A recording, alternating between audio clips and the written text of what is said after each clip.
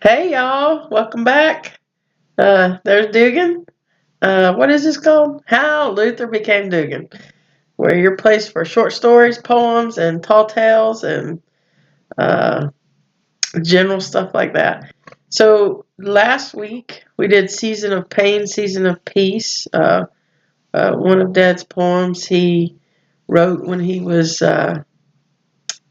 going through grieving a friend of his that had passed away. And at the end of that segment, he said, his usual ending, be pretty. And we had a comment this week that asked, where did that come from? So we thought it would be fun to respond to that and share with y'all where be pretty came from. So, and I wanted to share who that comment came from my Aunt Becky. My Aunt Becky is one of my mom's older sisters, and so she asked that question. So we're going to share that today, or actually, Dugan's going to share that with you today. You going to say, hey, Dad? Hey, I'm Dugan. Well, I'm going to start off with another word rather than be pretty or another phrase. It's ugly. Oh. In my family, when a baby's born, you see the baby for, that's an ugly baby. And I thought that was normal growing up. Everybody called each other ugly. That is true. And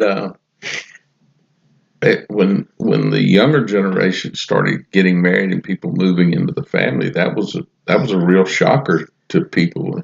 A newborn baby, and everybody saying that baby's ugly. That's an ugly baby. And that was actually the whole time you're saying that you're loving on the newborn.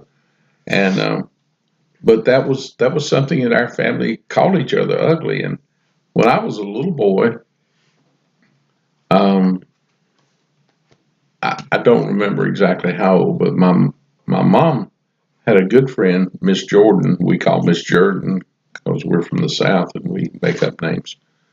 And we were at me and Mom was at Miss Jordan's house, and I was out in Miss Jordan's front yard, which was a very small yard. She lived on a Millville, and they had little small front yards. And I was out front. It was in the spring of the year, if I remember correctly, and they were in the house. And Mom said something to me about, "Are you okay, ugly?" or something. She referred to me as ugly, and supposedly, and Miss Jordan always told me this, that I said, I'm not ugly. I'm not an ugly thing. Mom called me ugly thing. And I said, I'm not ugly thing. I'm a pretty thing. I'm pretty shame. And Miss Jordan, from that day on, as long as Miss Jordan lived, and she lived till I was an older teenager, maybe even in my 20s, Miss Jordan, when she saw me, she called me pretty shame. So, but that's not where being pretty come from. But I just thought, since I was going to talk about that phrase, I thought We'd go to the other end with ugly too. we'd And start and it. it really was a term of endearment with little kids. And my grandmother called all of us ugly, and it while she was hugging us. So it wasn't a Yeah, negative connotation to it at all. So except to the people I new in the family. yeah, I didn't know what ugly was until I got older and went to school, and and then I was taught the social norm of ugly, and it didn't have the same application in our family. Okay, to be pretty, my grandmother Johnson, um, from first I can remember, if we were at her house and whatever we were doing, if she was at our house, or and this is when we were kind of a clannish people. Not that we didn't let other people in. We lived, well, me and my cousins and aunts and uncles and all, we lived on a dead end road. Now, the road that my grandparents lived on, it went through. It wasn't a dead end, but the road that the rest of the family lived on was a dead end. So we lived up there, and um, I had one uncle and aunt that would go on vacations every year. The rest of us seldom went on vacations, or we'd go to a family reunion up in the mountains. once a year, sometimes twice a year, both sides of my mom's family. But we didn't go on vacations. We were there together, and we would go down and do things for my grandmother: wash windows, mow the yard, working her flowers all the time. She was constantly working in flowers. Uh, my grandmother too. Another little jewel about my grandmother. She worked in the mill and had an apron. I'm not sure what she did in the mill, but she had aprons with big pockets in them that she used in the mill. And my grandmother carried a switchblade knife, and use the knife to work in her flowers with. But we always thought it was pretty cool. Our grandmother carried a switchblade knife. She pulled that thing and click, and it was a big old long thing.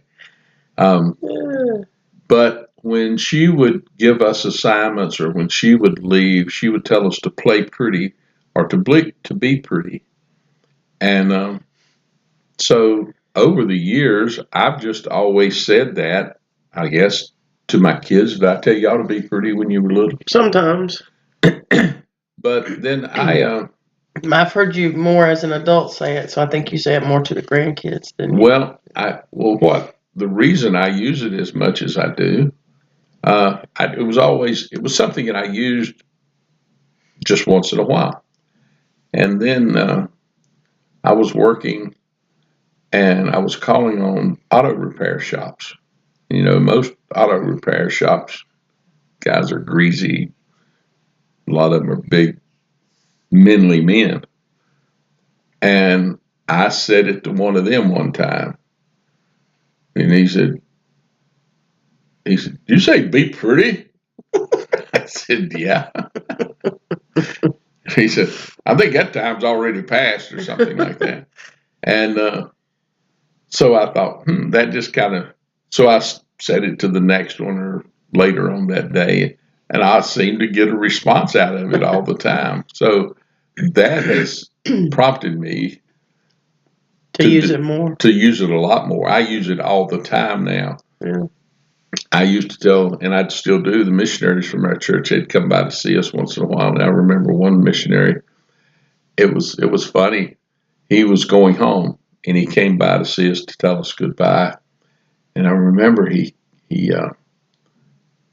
sat on the edge of the couch and he says, "Brother Sewell, I got a question." He was real tentative. It took him forever. It just over, you know. Well, I want to ask this question, and I'm just wondering. And what he wanted to ask me if it's okay with me if he told people to be pretty. That's funny. I said, "Yeah, I don't have a copyright on that." Oh, that's cute. I said, "I don't have a copyright on that." But over and over and over, we would I would get comments and you know um, just kind of pleasant. I never got any real harsh backlashes, but I would get backlash from these guys that I'm sure had never been told to be pretty in years and years, or even mention the word pretty in their name or whatever in talking to them. But an incident that happened after I had retired, and it had been 8 or 10 years, and I stopped in a shop. I was in an area that I didn't normally go to, but I had at one point that was my area to call on shops, and I stopped in one that I had called on before, and the guy was there, and we talked, and I got the information, whatever I asked him for, or what I'm not even sure why I stopped there to see him, uh, and so when I started leaving, I said, "I'll see you, Richard," or whatever, and I started to the car. And he says to me, now I hadn't seen this man in at least 8 years, maybe been 10. He said, "Well, be pretty." And I turned around. I said, "Oh yeah, I forgot, didn't I?" And we both had a laugh about that. But um, it because of that, because of the attention I guess that I got, and I guess I like attention. So because of the attention, I do use it more and more. And that's where it came. It came from my grandmother. It had nothing to do with looks. she would always say, "Be pretty or play pretty." We knew what it meant. So pretty and ugly carried different definitions in my family, or in our little clan of my family, than probably, as Jill said, the norm. People being pretty was had to do with looks, and in my grandmother's case, it was she wanted you to be good. She wanted us to be Be good. nice, be kind to each other. Yeah. Play nice. So that's where And ugly meant pretty. Yeah, and ugly meant pretty too. Yeah, ugly meant pretty. None of us were ever pretty when we were little. We were always born ugly. And I was like Jill when that was just normal for us. We didn't know.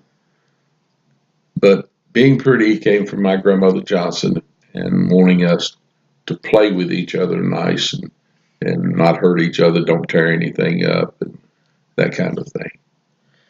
So, as a homage to Grandmother Johnson, Dad wanted to share the poem "Grandmother" again, Yeah. because that's where that's the grandmother he's referring to. And also, before you read this, Dad, I want you to set up. There's a couple characters in there. I want you to define them first before you, so that as you're reading the poem, they kind of have a reference to what that is. Okay. Yeah. Later on in the poem, I mentioned, and this actually happened just a matter of a day or two before my grandmother passed away. I was working in a machine shop, and I cut the end of my thumb off. You probably can't see here, but I cut the end of my thumb off, and I went to the hospital. The emergency room is the same hospital that my grandmother was in at the time, and some they took some skin right from here and grafted it down here and sewed the end of my thumb back on. So I was high on whatever medicine they had given me, and after the surgery in the emergency room, I went up to see my grandmother, and she hadn't spoken in a long time, and she had had a lot of problems talking and being able to find the right word to express herself, and that was frustrating to her. That's another story that I could tell about when she couldn't talk, and me and her, I would go and help her talk. But anyway, I went I went up to see her, and I was sitting there talking to her, and she hadn't been able to speak in years because she'd had many, many strokes. And she told me, um, I told her that I was going to college, that I'd been accepted to college, and I was going to college in a few days. And she told me she wanted, no matter what happened to her, she wanted me to go to college. And I don't remember the exact words that she used to get that to me. Um, but she also said to me, she said, I want you and Gravy. She didn't say be pretty this time. She said, I want you and Gravy. And Gravy was her youngest son, and I'll tell you a little bit more about him. Gravy was her youngest son. She said, I want you and Gravy to be good. That's the last time I ever talked to my grandmother. Um, and then the other one is Dwight, which is a brother 12 years younger than I am, that that I told Dwight the morning that we got word that grandmother had died. Um, I told Dwight that grandmother was dead, and he used to love to go down there. There was an alarm clock in the front bedroom in my grandmother and granddaddy's house, and that's where we'd sleep if we went and slept at grandmother and granddaddy's house. And Dwight liked that alarm clock. He just liked that room. Matter of fact, that was Gravy's room before Gravy left home. That was Gravy's room. But those are the two names that I think I mentioned in here. And like Jill said, I've shared this not long ago, but I'd like to. It was in our second episode, so if you saw that, you've heard this before. But it's always a good read and hear it again. It's at least one of the family's favorites, so I hope you'll bear with me. As I roam this house so old, I have memories of pure gold, of my grandmother sitting there and the silver in her hair. She was never in the best of health, neither was she blessed with wealth. But if my love was turned to sand, then this world would be all land. One sad day she was put to bed, never more to raise her head. She strived so hard to hide her pain, but her tries were all in vain. Then one day she was put to rest. She's gone to meet her final test. Though her face I cannot see, her presence fill my memory. When at first she passed away, I thought about her every day and wondered how we'd get along without her near to make us strong. She said many things I can't recall, but what I remember most of all were the last words I understood. You and gravy, please be good. Her favorite boy, I guess, was Dwight, and with her he spent many a night. The hardest words I've ever said were Dwight, grandmother, grandmother's dead. Thank you. Yeah, like Dad said, that's a family favorite. It's one of my favorites. I don't know if I shared this in the other episode, but when I was a junior in high school, we had a poetry unit, and part of our unit, we didn't necessarily have to write our own poems, but we had to uh, get a collection of poems and present it to the class, like it was an oral presentation. And I think you had a minimum of three, and I can only remember two. I remember grandmother was one of mine, and then there was another one. And I don't know if it's so much a poem as or just a passage of a. It was called "Kid at the End of the Bench," and just about the sixth player on the basketball team, that comes in or but it was that concept of not necessarily being a starter, but still important to the team kind of thing. So I know those were the two that I remember. So it was impactful to the class too. They enjoyed that. So and another little ditty about that is junior English. There was three tiers of, I guess, levels of curriculum or how rigorous the curriculum was, and I was in the third tier, so not that not real rigorous Elevated. material. Yeah, but the same teacher that taught junior year taught that third level. She also taught in 12th grade. She taught A level, the top, and it wasn't necessarily honors or anything. We didn't have that kind of stuff back then, but we did have National Honor Society. I was not in that, but anyway, A level. She taught both, and like third, fourth quarter was coming, and in the third quarter, starting fourth quarter, and we're like picking out our classes for next year, putting in what we need, and she says you need to be in my class next year, and I was like, I know you teach A level. I'm not A level, and she says no, you need to be in my English class next year. So with her kind of Prompting. pushing. Yeah, I did, and I totally enjoyed it. That was my favorite year of English class. Was my junior and senior, uh, but a lot of it, I think, had to do with her and the way she presented the material, and so yeah, she was a good teacher, Miss Kelson, back in Salisbury, Maryland. I don't know what she's up to now, but hopefully retired since I retired from teaching already. I hope she did. All right. Daddy, tell them what to be. All right, y'all be pretty All right. and come back and Yeah. watch and Subscribe, yeah, comment, do all all that that good stuff. stuff. Yeah. All right.